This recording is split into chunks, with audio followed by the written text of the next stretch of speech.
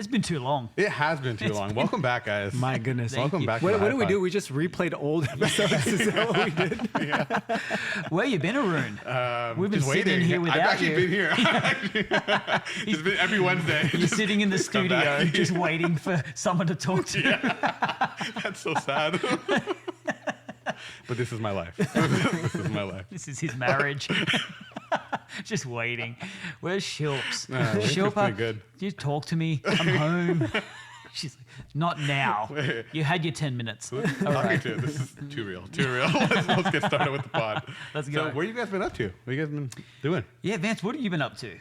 Oh my goodness. There's a lot going on. It's exciting because we are 1 week away from FlowCon. Look at that. Straight into marketing.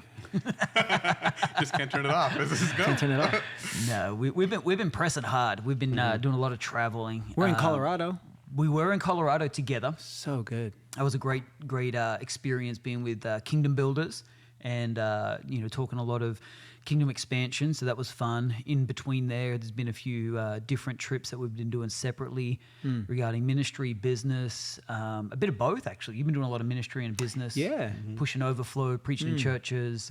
Can we talk about Generosity University, or we can't talk about that yet? Yeah, no, we can talk about it. Yeah, Ooh. I mean, I've been on a little bit of a stint piloting, and we're going to take it to full launch later this summer, this concept that we've coined Generosity University.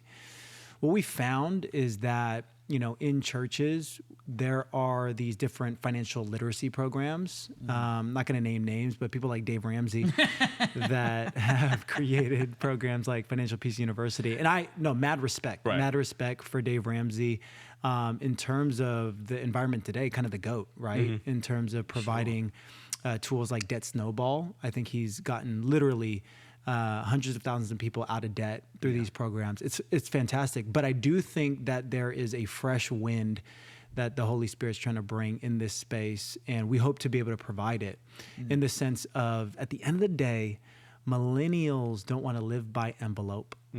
Millennials, I don't even think get motivated by saying spend less.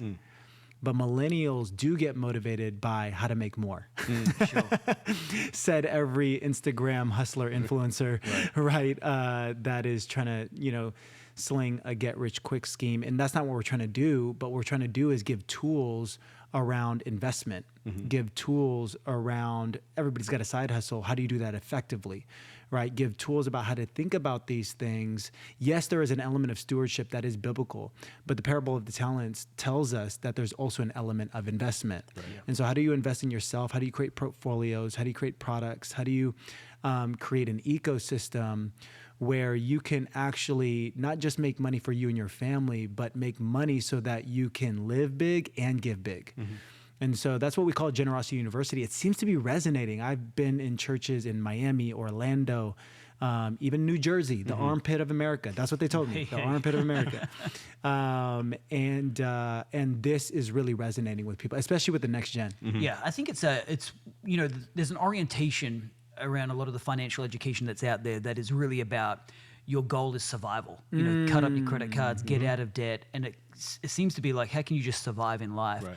Whereas what if you set the bullseye as how much you want to give? What if you started with generosity as the goal, and then you can backfill to get to that place? And I think it's that idea to give big. I got to live with a bigger mentality. I got to expand that. And so I think that it's definitely an offensive play rather than a defensive play. And isn't it funny? We've been talking to pastors actually, even when we were in Colorado, talking about this concept and asking them what they use in their churches. They're like, we use Financial Peace University. And they were like, well, do you know that that's anti getting a mortgage? Do you have a mortgage? Anti-debt. And they're like, oh, that's what it teaches? They didn't even know. It's crazy how many pastors permit something they don't even know what's being taught. It's like, whoa. That's a little bit scary. It's really interesting because my mom is a big believer in that. But I think about first generation, at least for my family that came here, they kind of were in that survival mode. So this is kind of an interesting play on now second generation who but also kind of grow it. So. But also in our parents' or grandparents' generation, a house in Santa Clara was $75,000. Right. Now it's $7.5 million. So it's like, when you say she's a big believer in that, is she a believer in the no credit card, live out of the envelope thing? Yeah. And I think I think that's probably a very smart and responsible way if you aren't, very well managed with your finances, right? Like if you're not if you don't have a clear budget to make sure you don't go into interest payments, all that kind of stuff. But I mean, with emergence of the points guy and some of the attractive elements that you can leverage off a credit card, I mean, you can literally get whole free vacations. You know what I mean? Yeah. So there is. I think there just needs an education, is what we're talking about. 100% agreed. I think even our generation is still slow to learn all this. Like, there's a segment of people that understand it and take advantage of it. But if you don't, you're really just falling behind and further falling behind. So what does this look like practically for Generosity? Is it going to be an in-person thing, an online kind of content? That I mean, I've been piloting it in person, so that's been fun. Just getting real-time feedback, and we are actually literally in the process of recording the modules. And then there's going to be an accompanying digital workbook with it, and it's basically going to be a product, a platform, a service that can be, given to churches to then teach their people. And so coming soon.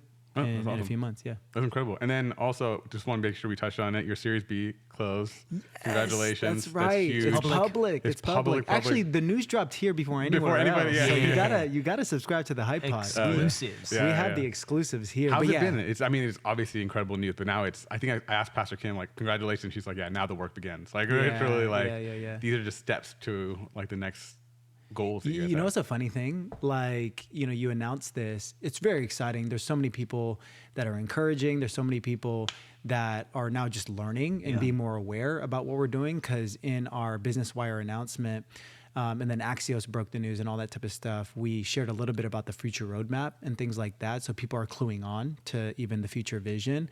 But then I've gotten 10x spam. Right. On my phone. Sure. In my email. I'm like, how? And it's like, because everybody thinks you have money now. It's like, no, I'm not spending it on your stupid company. And so it's just like, because these cold outbound emails are not even intentional. They're like, hi, first name. We saw you. And it's like terrible.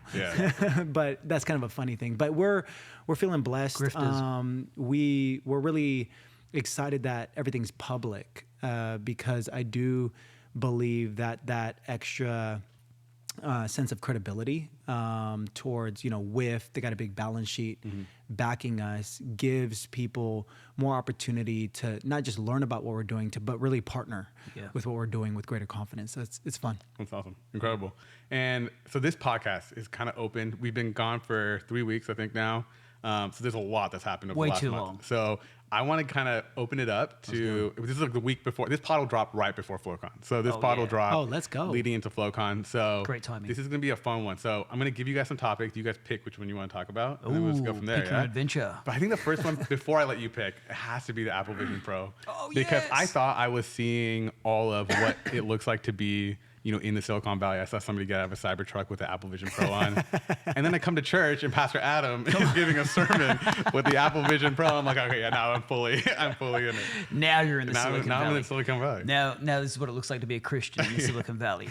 Move over influencers. All right. We are preaching with the Apple Vision Pro. No, it actually just happened. So that last week, I was with some friends and we were doing ski week. We were up in Tahoe, and I was with some friends, and they had just got the Apple Vision Pro, and I was like, "Oh, cool! I'd love to give it a try," and I literally was blown away. It's pretty good. I didn't enter correctly. I didn't have the expectation, but I got sucked into the vortex of the immersive experience, and they were recording my reaction. I don't know what for, but they're recording my reaction because I think everybody has a similar reaction. It's like literally mind-blowing. And so as I was doing it, I was also percolating all week on, the final installment in our Holy Spirit school. And it just felt like it sounds funny, but a Holy Spirit moment that this is what it's like to put on an advantage. Like to be able to, the things I was seeing and the features I was seeing that nobody else could see, but it was like a peripheral to what I had, and I'm interacting with people. And yet I could have something playing in the background. I could have a scripture up live. Brilliant. And literally just to be able to, as we're talking, I was pulling up a verse. And I thought, this is just like that advantage of the Holy Spirit. And I thought, hey, that'd be crazy. What if we could just do that illustration live? And it was super Silicon Valley. But I think it really, it wasn't like hey, let's find a way to work the Vision Pro into a sermon. Right. You know what I mean? It kind Like, of fit like naturally. It was Yeah. like it felt like the logical next place to go when you're trying to. the timing was just outstanding. Yeah. And I don't, sometimes we plan a whole series Mm-hmm. out and we'll really map it out, but then sometimes you just pivot for what's in the moment and the way Yeah. that God speaks, especially in the Holy Spirit, Right. series. And that just fit so well. And I think it was a really great analogy for what it looks like to put on, power. I mean, the put on Holy fruit of it Spirit. was powerful. Yeah. Second service, there were dozens and dozens of people. Oh, yeah. Not just responding, but like you could see having deep ministry. Yes. That analogy really allowed them to contextualize. Oh, that's what it means. I'm Yeah. missing. I haven't put on. Yeah. The power. Yeah. And people were crying. People were getting ministered. It was beautiful. Yeah. But have you tried? I have not. That's what I was going to ask you guys. Oh, how next it's week been. you get to try it at FloCon. Yeah. I'm not going to be a full con. Oh, Oh, my no. goodness. Well, let's time- edit that out of the This podcast. time has finally come to reveal. We're But I would. going to be there. Like, where's Arun? Where's our guy? It's very unfortunate news. I would like to sponsor somebody's ticket because I can't go. Somebody else wants to go. But yeah, I won't be there, so I'm really bummed. Sure, won't let you go. No. That would be really funny if she just, this is the line, you can't go to FloCon. But I'll be at engineering offsite, so. Oh yeah, Yeah. those Silicon Valley things. Yeah, those so it's just offsites. continuing down the road. Those yeah. offsites. Those excuses not to It's a work. really tough life in Palo Alto. Yeah, really. It's in Vegas too, right? I'm really going to be working hard. Really going to be working hard. But how's it been? How was it comfort? Was it something you guys could see yourself using long term? Look, it's still a bit heavy. Mm-hmm. I'm going to be honest with you. I think, if you have it on for an hour, it comes with the additional head strap, which I Mm-hmm. think helps alleviate the frontal lobe pressure. It's definitely something that is so immersive that you're lost in it. Mm-hmm. But after a while, I think on the bridge of the nose, you're definitely going to feel the weight. And I'm sure by, second iteration, third iteration of this product, it's going to be really in the pocket. Yeah. But I think just to get it into the market, they've done a fantastic job. It's extremely comfortable. And I think, just for user experience, it probably takes a quick little learning curve, but maybe after 2 or 3 Oh, it's times. really intuitive. Yeah. Dude, it It's looked intuitive. very When you were using it intuitive. on stage, both of you guys, I saw Yeah. your clip of you prepping Yeah. it before. Yeah. But everything, usually when you do a tech demo in general, it's usually like Yeah. you're retrying stuff. Right. You're like No, going. it's very everything you intuitive. guys were doing, it looked very smooth. So I was really impressed with the demo. Yeah. I think design-wise, Steve Jobs is probably rolling in his grave with the battery pack. Yeah. Yeah. Man, Yeah. that's really unfortunate. It doesn't feel very Apple-esque, Yeah. that extra battery pack. I do think that they did it so that they can have super high-quality immersive imagery on there to power it, to my understanding. But that is a little bit clunky. Outside of that, I mean, it is heavy, but I do think that top strap will help a ton. It's not as heavy as you'd think, though. It I looks think. heavy. Yeah, it It looks. does look heavier than Yeah. it is. Like, it's a surprise. Oh, that's not so heavy. But I Okay. think anything sitting on the bridge of your nose for a while. Like, Exactly. your glasses probably get a little annoying after a while. I feel like this is like not the era for me. I'm gonna have to like wear contacts permanently because Yeah. I've tried the other versions and it's just impossible. you not glasses. with glasses on. Yeah, not right? with glasses. So Yeah. either that or I gotta get smaller glasses. I don't know, but yeah, I think it's not for me. Maybe Right. the current version of it. Can you get prescription Vision Pro? Oh, interesting. Ooh, That is interesting. really interesting. Like built-in enhancement. Yeah, maybe. I It's mean, it's a magnification. pass through. Yeah, they should be able to. Yeah.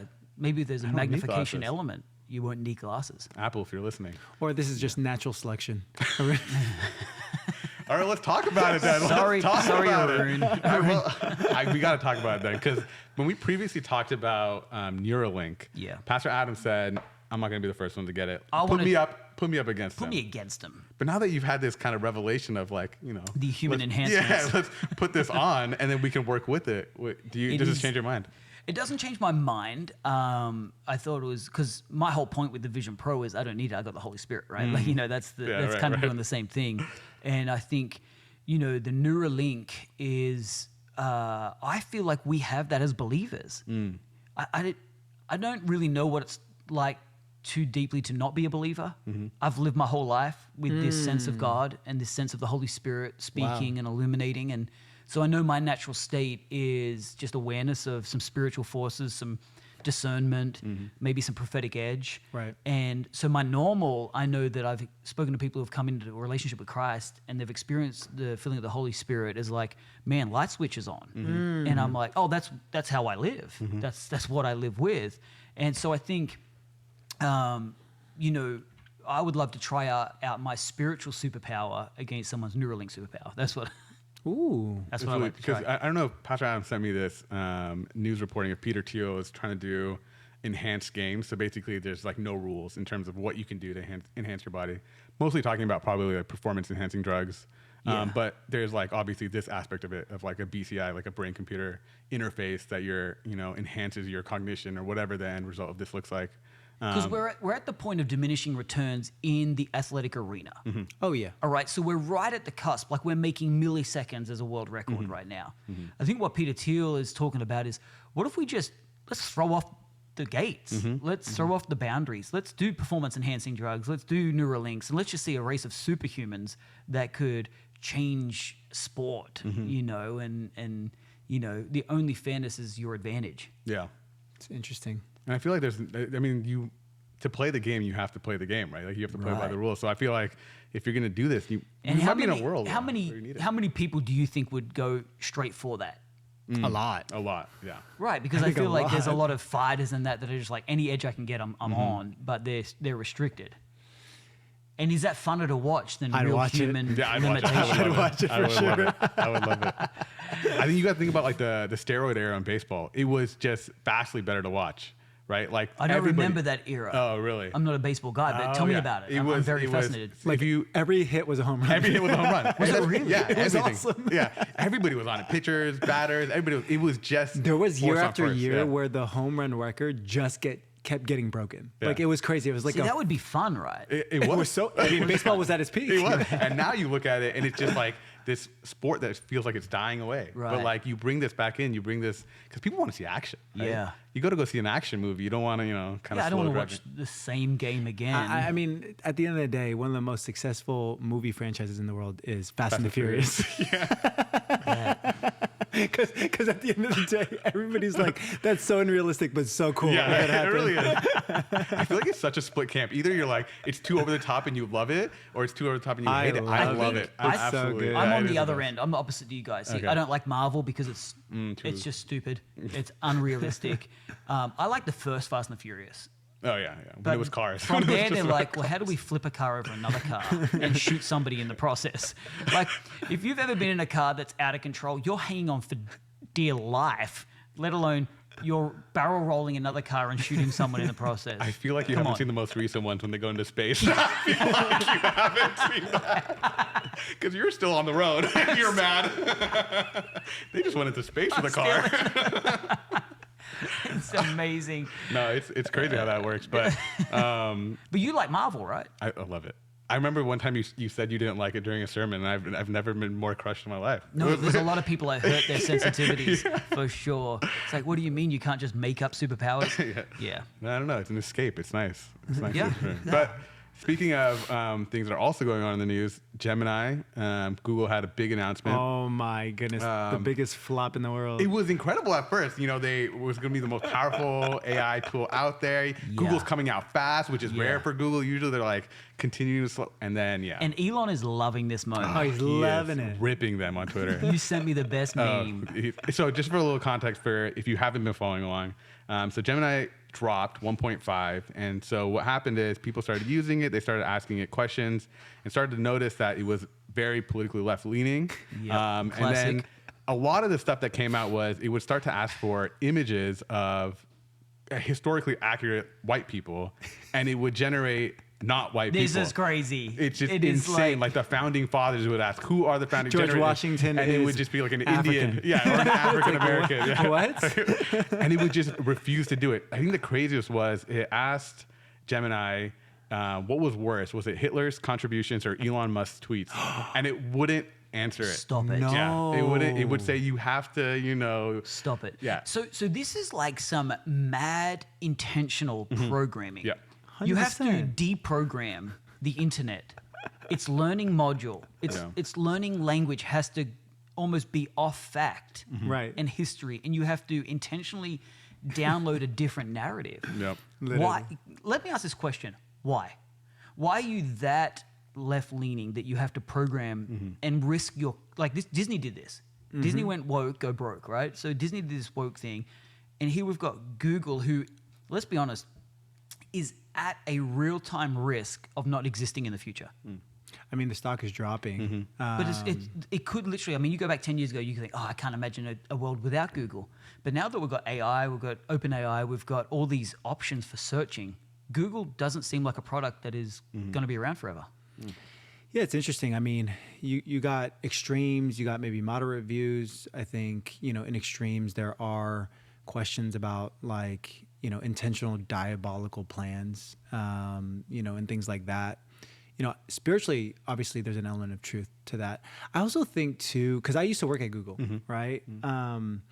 I also think there's this phenomena where you get in such an ecosystem and you grow deeper into that bubble that you just become so out of touch. Yeah. Because I actually have talked to people with a little bit more of this kind of super progressive, what people call woke type of mindset. They don't understand when you say, "Oh man, that's pretty woke." To them, it's like, "Wait, that's just the way that we think." You know what I mean? Like, there's almost this like a little bit of ignorance of like, what's wrong with that? But then when it's highlighted to the masses and it's so disconnected from reality, and you draw the lines between the bubble and reality, it's like really stark, and it obviously has a visceral reaction in society. But I'm trying to think of like, we're speaking to people, we're at Google, they're just down the road. Yeah. Right. And these are people that we do life with every day. Yeah. They've got kids. Yeah. There has got to be is there not a check in your spirit to go, hey, do I really want to rewrite history so that my kids grow up in a false reality? And even on a basic thing, whether you want them to believe a narrative or not, there's basic elements of history that form how you do the future. 100%. Right? Even comedy and jokes is related to forefathers or something that you need the real context to get the future or the societal ideas. You're dismantling that at a structural level, and there is no guilt within you to go, hey, I'm playing with something really dangerous here by trying to create a false narrative. I hope there's an awakening of most people at Google, because we know a lot of great people that work at Google that are very reasonably minded and just common sense. So I hope there's a great awakening. And I hope that bubbles up to leadership, because everything rises and falls on leadership at the end of the day. And so whoever was the leader that created the values for their learning principles, not including things like truth in their values, man, somebody needs to be accountable for that. But I'm asking, what do you guys think is the end goal? What's the motivation? Like, why did it end up this way? Because it can't be monetary. I think it all comes down to money, right? Like the people that... But it seems like so anti-monetary because you're guaranteeing to lose money. We know so much now. Go woke, go broke. Right. And it's proof again. It's a major flop. But there has to be the intelligence to go, hey, we don't care about money. We want to. What would be the end goal if it's not money?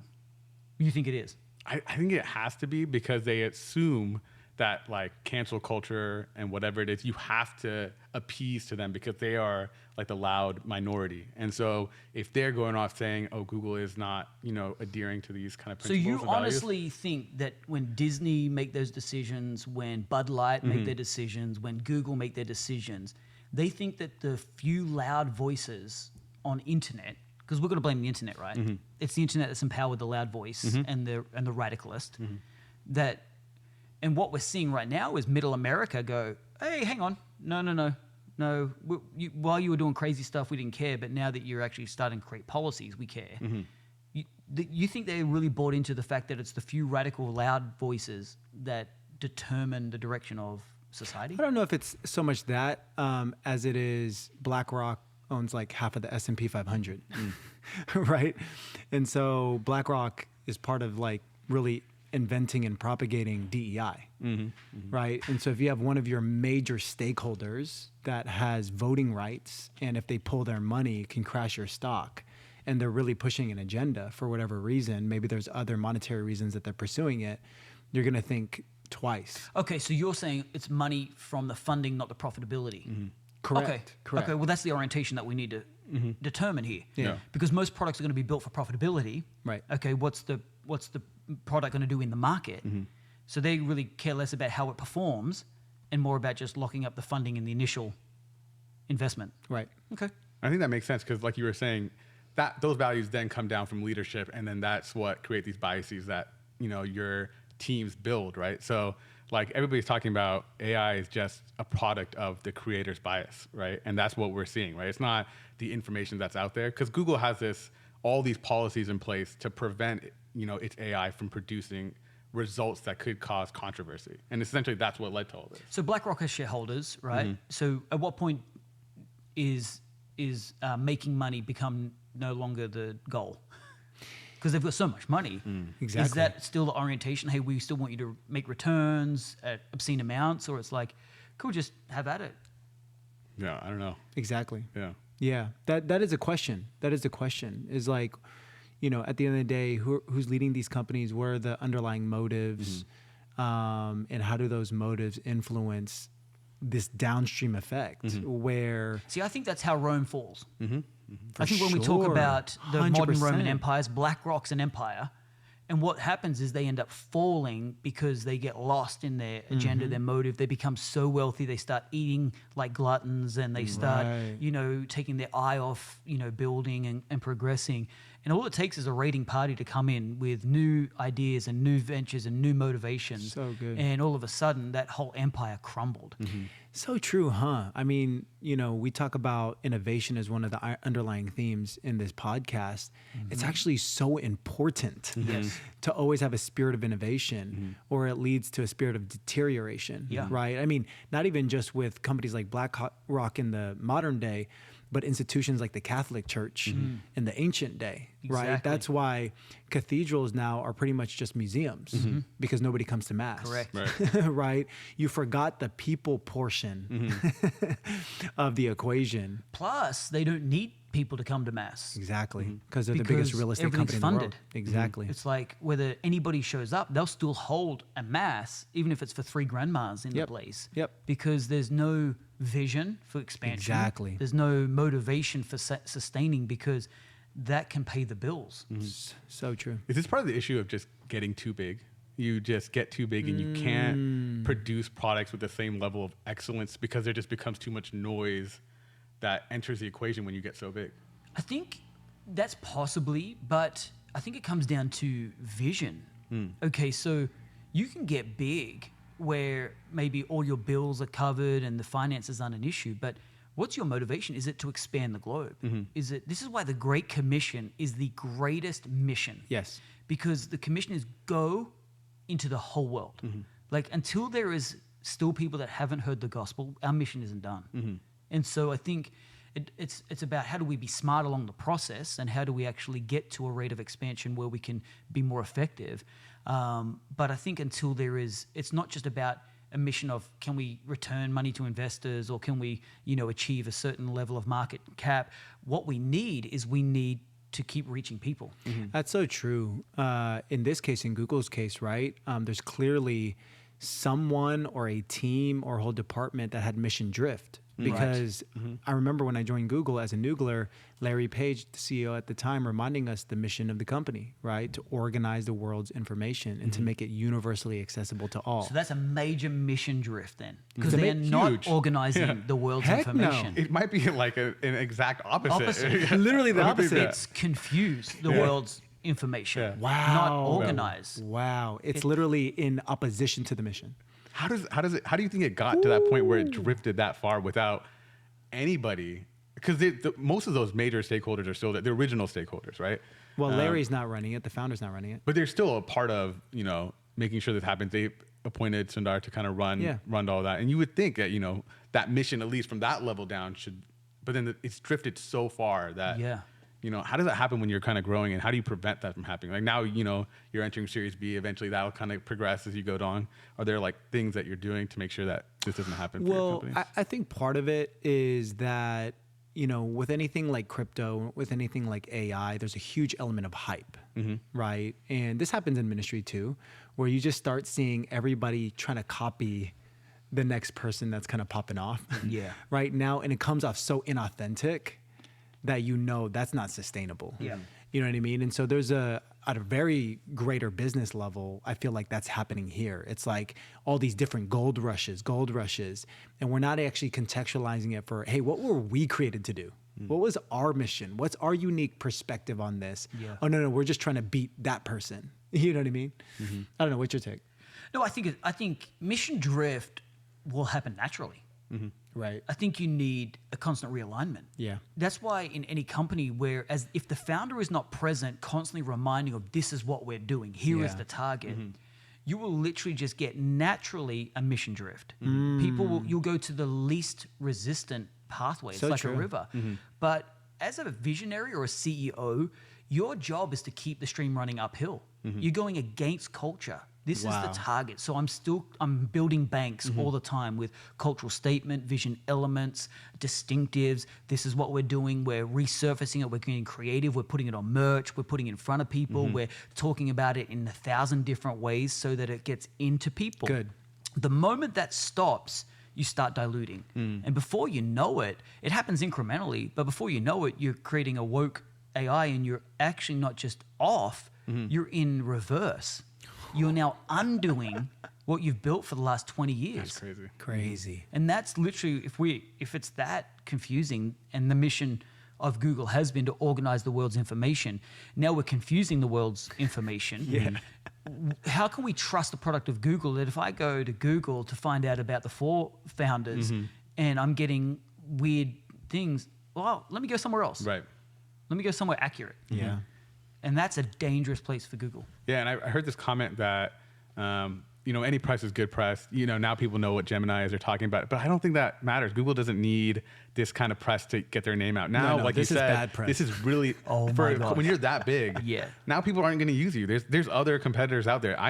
I, for one, for sure, I'm just going to go to chat. Well, that was the comment last week. Yeah. So with my friends, and they have an amazing 9-year-old, and he's just one of the most intelligent 9-year-olds ever. I actually love having conversations with him. But one of the things we wanted to find something, he said, I'm just going to pull up ChatGPT. He didn't say, let's Google it. Right. I don't even remember the last time I Googled something. That's what I'm saying. Yeah. His default search engine now is chat. So let's chat it. Let's go to chat. I'm like, what's chat? Oh, ChatGPT. But that was the natural go-to. So they've already interesting. lost the next generation. Oh yeah, and I think this is like the issue going into it, right? Google was they've had this technology just sitting there in their kind of midst, but they were so worried about what it would do to search that they weren't willing to launch it themselves. Yeah. And now OpenAI has like pushed that That's a good point, man. to 100, and now Google's trying to catch up and figure out what can we do. And now this is like, So where's the failure to launch there? They were sitting on a wealth of... and they still are. Their tech is incredible. Like they could Right. still fix this. But we'll see. They probably have the best tech out there. Like they have the best researchers. I mean, the best you've tech. seen the text to video, though. Oh yeah, we got to talk about OpenAI That Sora. That is is- insane. That's crazy. That is really, really insane. That's just fun. It is fun, but kind of not like scary in a way that I want to scare people off. But it's just so easy now to generate stuff, and you have to be so aware of what you're watching now on the internet. Yeah. You have to be, because it could just be fake. It could be completely fake. I think that's really scary. Like, how do you know what's authentic? How do you know what's generated? Because it is so good. Yeah. I think, does it matter? Did you hear that story about that finance worker that got, so he's working for a company and somebody deepfaked their CFO and got him to pay out 25 mil. What? Yeah. What? Wait, no, tell us the Oh, story. okay. So yeah, so basically this finance worker was on a series of video calls with the deepfaked version of his CFO and other coworkers, convinced him to then pay out $25 million of the company's money out to this Wow. scammer. And so and he was aware that there's something wrong, but the fakes were so intentional. He thought and he was so- on with the He was CFO. on with the CFO. And I've actually been talking to some of our founders as well who have been getting impersonated as well. This is just getting fully rampant on Telegram. If you're on Telegram, be very careful. There's a lot of people that are imitating your voice really easily now. If you have any content on the internet, This it's very is easy another to duplicate. push for in-person. Oh yeah, meetings. if that's not a call for in-person, I don't know what is. Let's go back to in-person gatherings. Yeah, In-person. so if you're growing, if you're out there with any digital platform, just be careful what content you're doing. Yeah. Just ask. Just maybe just ask. So do we need to come up with code words? Yeah, that we were talking about internally. need There's internal got to be code some words. signatures you do, some handshake you do that only you and that Yeah. person know. Hezekiah, 1, 2, 3. Okay, yeah. Safe words. Yeah, Safe words. yeah. But yeah, no, it's crazy. I think it's it's exciting where this world is going, but it's also a little bit, if you're not fully aware and you're not really learning what's happening right now, you will be a victim of the change that's happening right now. Wow. Yeah, that's for sure. Yeah, it's a wild world. Development, I mean, is accelerating. Yeah. world is sometimes you feel like you're ahead, sometimes you feel like you're catching up. Oh, You ever do that? You ever feel like, oh man, I'm so ahead of the curve, and then, oh no, I'm so far behind. Yeah. And now more than ever, I feel like things are advancing so much. It's funny because after one of our podcasts, you guys were talking about how important deeper connections was. Yeah. And I was thinking of building out an app for basically a Rolodex that's powered with AI. So you input information with people that you meet, little snippets, and then AI can then take that and give you suggestions for how to maintain these deeper connections. Because I think a lot of things that happen right now is that.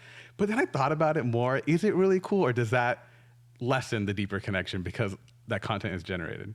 So, And the reason I say that is because LinkedIn, I think there's a Chrome extension basically for you to generate like replies to messages and all this kind of stuff. And I saw somebody going through just replying to all of these LinkedIn messages with auto-generated, like, oh, congratulations, or, oh, it's great that you're doing this. And they're like a little bit more sophisticated to what the post was about. And then it's just going to be spam everywhere across all your stuff. And so does it lessen the deeper connection? This is like a nice tool, but then I was like, I don't know if it ruins what you guys are trying to aim for. well, I mean, now you're making an argument for, is recording Arun's birth date in my calendar authentic or not? No, because I want to know, oh, it's Arun's birthday, I'm going to shoot you a text. Whether you think I just remembered or I saw it on my calendar, that doesn't matter. The fact that I reached out. And I think that if I was prompted and as a reminder, hey, connect with Arun, because my authentic position is I want a deeper connection with Arun. Right. But my memory and the chaos of my life might not afford me to do that with the capacity.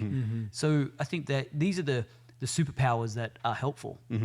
Yeah, and I'm excited for the element of augmented reality to maybe expand the way that our brain works, and playing around with the Apple Vision Pro just a little bit.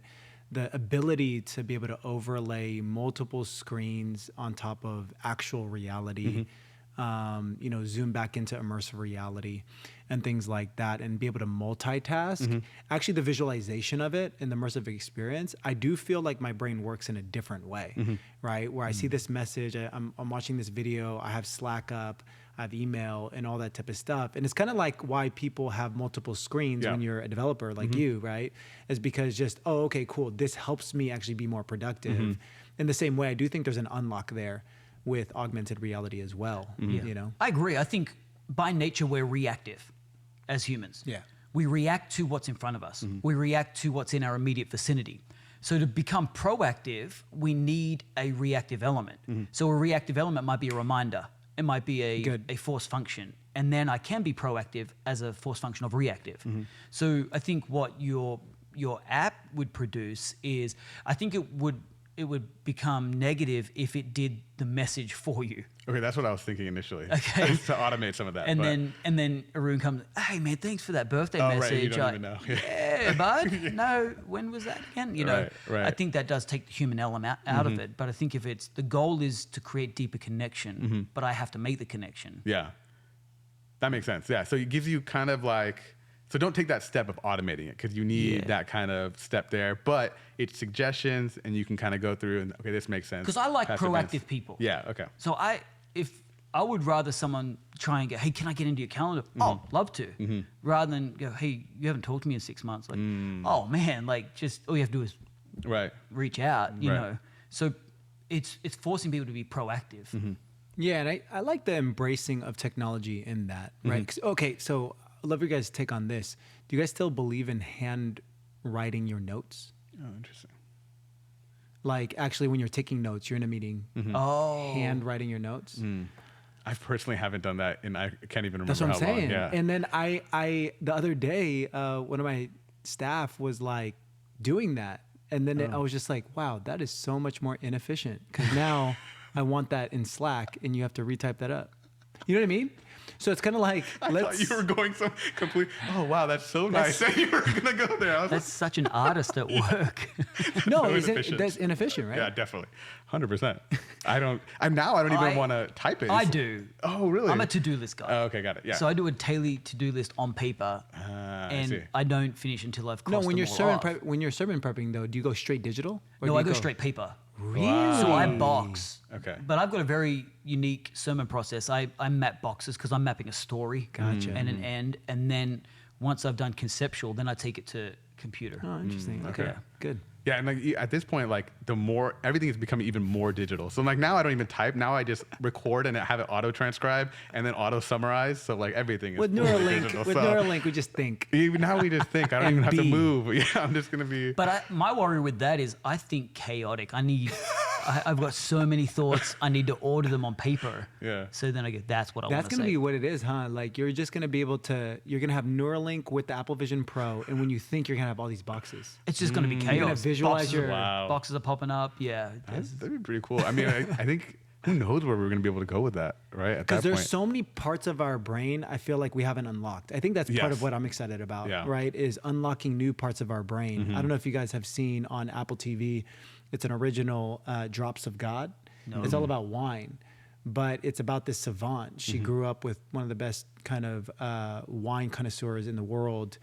And he taught her at a very young age how to smell, how to distinguish different smells, mint, lavender, leather, all these different smells. And it was like this hardcore training that she did when she was very, very young.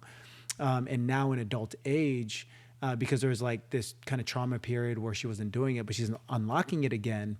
And Apple does a really good job of illustrating what's happening in her brain, right? So when she's smelling the wine, this explosion that's happening in her brain where she's going through the different file cabinets and pulling out that smell that she knows how to distinguish, right? And these are skills that certain people have honed in, but it's because they've just unlocked a certain piece of our brain. Like we all have it.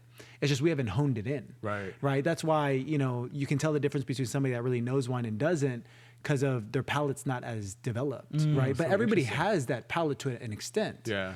Right. Is it developed or is it a cataloging?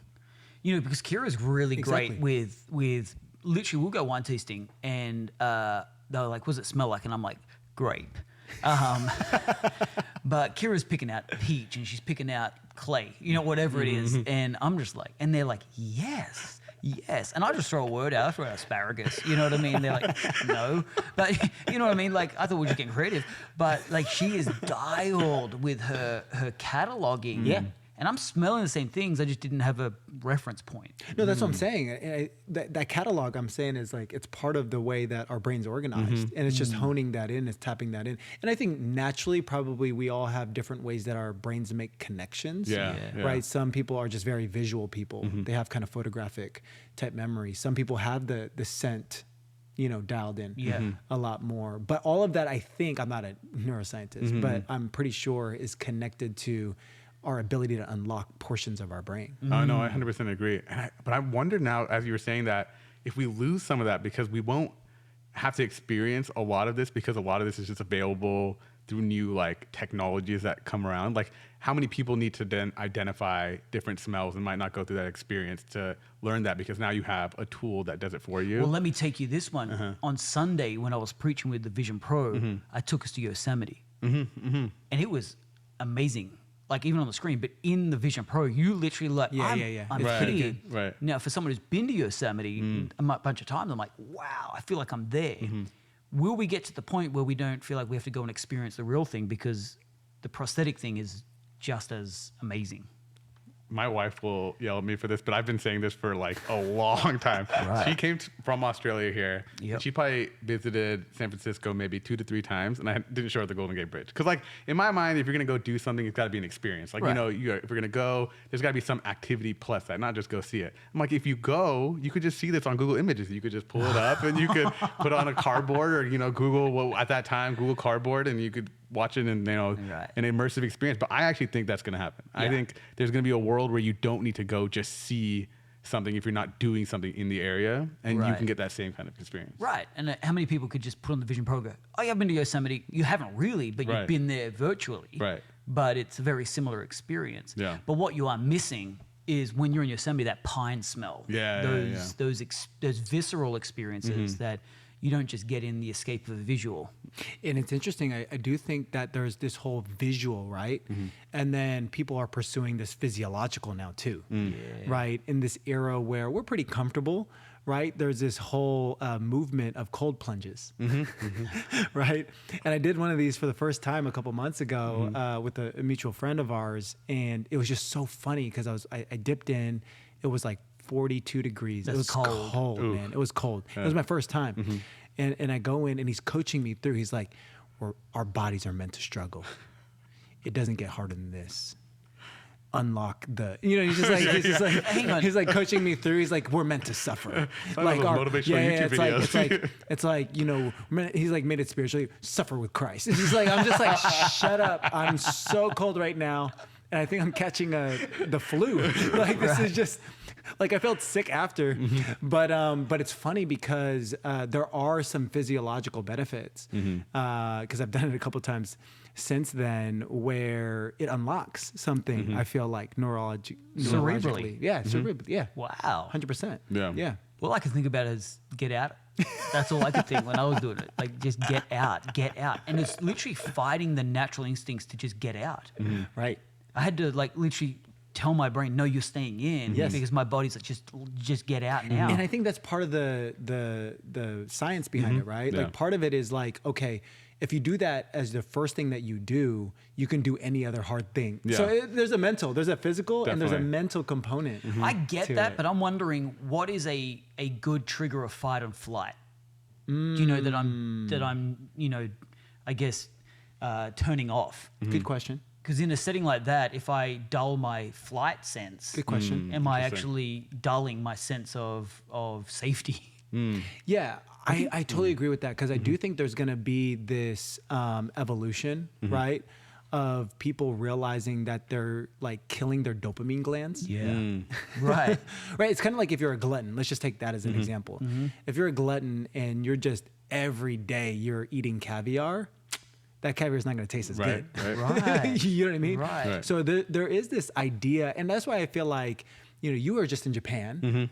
There is a sense of yin and yang, Eastern philosophies, right? It's not like what we subscribe to religiously, but there is this idea of balance and understanding that, hey, there is a balance to these things. There's a season to these things. You wanna ebb and flow with that. Oh, for sure. I think our society and technology has kind of got to this point where there's just this dopamine drip of like content that you get constantly. And it's like everything is a scroll, everything is new, everything is go, and you become desensitized to what actually can fill you. Yeah. And so like you have to do these things where now it's like maybe I need a cold plunge, like give my body some like some like awakening to be like, okay, now I can do something else. It's interesting, right? Because even walking down a long hallway, like here at the church, we've got this super long hallway. I'm walking from one end up this end down to the overflow office, and I've got like about 30 seconds to check something on my phone. Yes. Instead of just walking from point A to point B visually, I got 30 seconds. Yeah. Let me search something. Yep. You know what I mean? And it's like that constant, like imagine just sitting on a bus or a plane and just sitting, thinking, we need to be watching a movie. We need to be connecting to the internet. Yeah. We need to be, answering emails. Right. It's literally a nonstop dopamine hit of fill that time, use that time, be effective. Here's the question that I've got in this. What is the space of, this old word musing? Just musing, just thinking. Where do you get that space? We need that. Where do you get that? We need that. That space, just that freedom to think and allow thought to just permeate rather than fill it with answers, questions, blah, blah, blah, and getting inspiration from everybody else. Yeah. But do we just have time to think about concepts? So I think concepts of God, concepts of creation, concepts about our spirituality, concepts about who do I want to be in this world? What kind of legacy do I want to leave? And I think sometimes the chaos actually can be solved by just thinking moments. I love that. That's really good. It's a good word. I mean, be still and know that I am God. That's exactly right. It's a principle. It's a principle. And we, you got to schedule it. You got to be intentional about it. But finding those moments, I think it's so key. Yeah, I mean, I recently put a thing out where I try to give phrases for people, and for me, it was no Bible, no breakfast. This is that just was a good. habit I for love me that. that I'm like, I've just made a discipline because I like breakfast. But let me hold that back and put a priority of Bible. Good. And it's become a principle. What if it's like we could come up with one that's about just taking time to think, be still before email or whatever it is, Yeah. like there is No, totally. these things that we do a leverage play for me to get that reward, because the dopamine hit can come from checking emails, getting ahead, feeling like I'm productive. They're all dopamine hits, but for me to get that reward, what if I did something that's beneficial before I get there? It's beautiful. Yeah, I think you got to sit in that as well, because I think even before the cold plunge, I think a lot of like one of the motivational strategies was I'm going to make a to-do list. You put some easy stuff at the top and you cross that off to start your day. Success. Like make your bed or like, I don't know, brush your teeth. And those are like the ones that you hit. And then you just naturally feel like I've accomplished. So now I can go accomplish harder tasks. Yes. But that would be really interesting to say the thing I do every day to start the day is maybe not a cold shower. It's I'm just going to have some time to think. Yeah, and well, I was talking start to our staff this morning, and someone asked, what patterns did you set in your teenage years that have helped you with capacity in your later years? That's good. And you know, I found that disciplines are difficult to do, but once something becomes a habit, because we're creatures of habit, and we have habits, a habit is an automatic discipline, good or bad. Yeah. Okay. So my habit, if I can actually do something disciplined enough where it's a habit of mine now is waking up at 5 a.m. Wow. It's a habit. It's not even, Kira gets annoyed because I don't even set the alarm. And we could be traveling. I still wake up at 5 a.m. And it's just become so automatic, and it actually is now not work. So I wonder what good habits you could form that will maybe start as a discipline, but now it's just habitual. It's beautiful. I love that. I think there's a superhuman hack, right? That is. That is. And That it's is. cool because you can just do it yourself. You don't need Exactly. a I brain don't need a computer. Neuralink. Yeah, you just have to train You don't need a yourself. $4,000 But that's the Apple issue Vision with Pro. people. It's like, and especially this generation, lazy, right? Yeah. Why would I do it when I can just get something plugged in my head? So, all right, well, that's a good place to end it. Before we go, this is going to be dropped right before FOCON. Let's go. Do you want to do one last pitch? I know there's some new people been added. If you don't, follow Hype Network, follow Pastor Adam, follow Pastor Vance. There's new people being added to this. The panel looks incredible. Oh, it's going to Anything be else you so wanna good. last pitch. My gosh, Chiwa Chen, he is the managing partner, founder of Good Water Capital, probably one of the most exciting venture firms. Oh, for in sure. the Silicon Doing Valley. great things. Incredible. I mean, he was part of teams that invested into Facebook, TikTok when it was called ByteDance, Yep. Spotify, right? Yep. Mackie Saturday, he invented the brand for Instagram. Nancy Duarte, legend, Silicon Valley legend. Yep. She has coached some of the top CEOs, founders in the Silicon Valley on how to do presentations. Yep. Her presentation design company, Jens Jacob, he goes to our church, but also executive producer, has produced movies that have been in thousands of theaters across the world. Dino Rizzo. Dino Rizzo, the scale master himself, alongside Pastor Adam, talking about how to scale your organization. Both of these people have planted many, many churches around the world. I mean, you know, if you are an entrepreneur, creator, maker, innovator, if you are a pastor with an entrepreneurial mindset and you're not at FlowCon, you're going to have FOMO. I'm just telling you right And we now. originally thought this was going to be like a boutique kind of experience. We thought, let's just plan for 200 people. We blew that out. And, Out of the water. And then we had a leadership lunch on the Thursday that we Yeah. thought, let's just keep it to 50 people. That sold out so fast. So we fast. doubled it. Yeah. And now we're sold out. We've got 100 And the people only reason max. we're selling it out is because we're trying to plan for breakfast Right. and be Yeah. good Right. stewards, and it's we want everyone to packed have out. a piece of bacon. You know? It's crazy. But it's going to be fun. More than just the content. Yeah. We say one connection of your breakthrough. Maybe the content unlocks a connection for you, but more so, we have intentionally designed spaces and in the schedule times where you all can cross connect. And that's really our heart, is that you find somebody that can unlock something. And if we all come in with a kingdom mindset, leaning in, looking to give, looking to serve, I think something special. Somebody asked me, what's the win of FlowCon? What's the win of these hype sessions? I said, you know what? In the next decade, when we, read the headlines, maybe on our augmented reality devices, we see people, the next Apple, Tesla, Meta, Google, but kingdom-minded. Yeah. And they're going to be like, man, I made a connection at this one conference in the heart of the Silicon Valley, and it changed my whole orientation by why I'm pursuing business. That would be success. Yeah. Yeah, I mean, the word that I feel going into FlowCon, and this may end up being a theme for future FlowCons, is unlock.